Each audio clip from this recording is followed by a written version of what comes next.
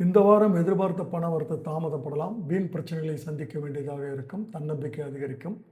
எதிர்பார்த்த உதவிகளும் கிடைக்கும். எந்த ஒரு காரியத்தையும் ஆராய்ந்து பார்த்து செய்வது நல்லது. தொழில் வியாபாரத்தில் வீண் அலைச்சலும் பண விரயமும் இருக்கும். புதிய ஆர்டர்கள் கிடைப்பது தாமதமாகும். மனதில் வியாபாரம் பற்றிய கவலை ஏற்படும். உத்தியோகத்தில் இருப்பவர்கள் அலுவலக பணிகளை கூடுதல் கவனமுடன் செய்வது நல்லது. குடும்பத்தில் நிம்மதி குறையும். கணவன் மனைவி இடையே வீண் வாக்குவாதங்கள் ஏற்படலாம். பிள்ளைகள் நலனில் அக்கறை உண்டு. உடல் களைப்பும் சோர்வும் உங்களுக்கு உண்டாகலாம். பெண்களுக்கு எந்த காரியத்தில் ஈடுபடும் பொழுதும் யோசித்து செயல்படுவது நல்லது. அரசியல் துறையினருக்கு பூர்வீக சொத்துக்கள் மூலம் வர வேண்டிய லாபம் தாமதப்படும். மாணவர்களுக்கு கல்வியில் நாட்டம் குறையும். விளையாட்டில் ஆர்வம் உண்டாகும். விசாகம் 4ஆம் பாதம்.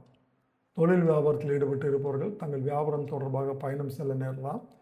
போட்டிகள் விலகும். வாடிக்கையாளர்கள் கருத்துக்கு மாற்று கருத்தை சொல்லாமல் அனுசரித்து செல்வது நன்மை தரும். எதிர்பார்த்தபடி காரியங்கள் நடந்து முடியும். மனக்குழப்பங்கள் நீங்கும். வராமல் நின்ற பணம் வந்து சேரும். பயணங்கள் சாதகமான பலனை தரும். அனுஷம்.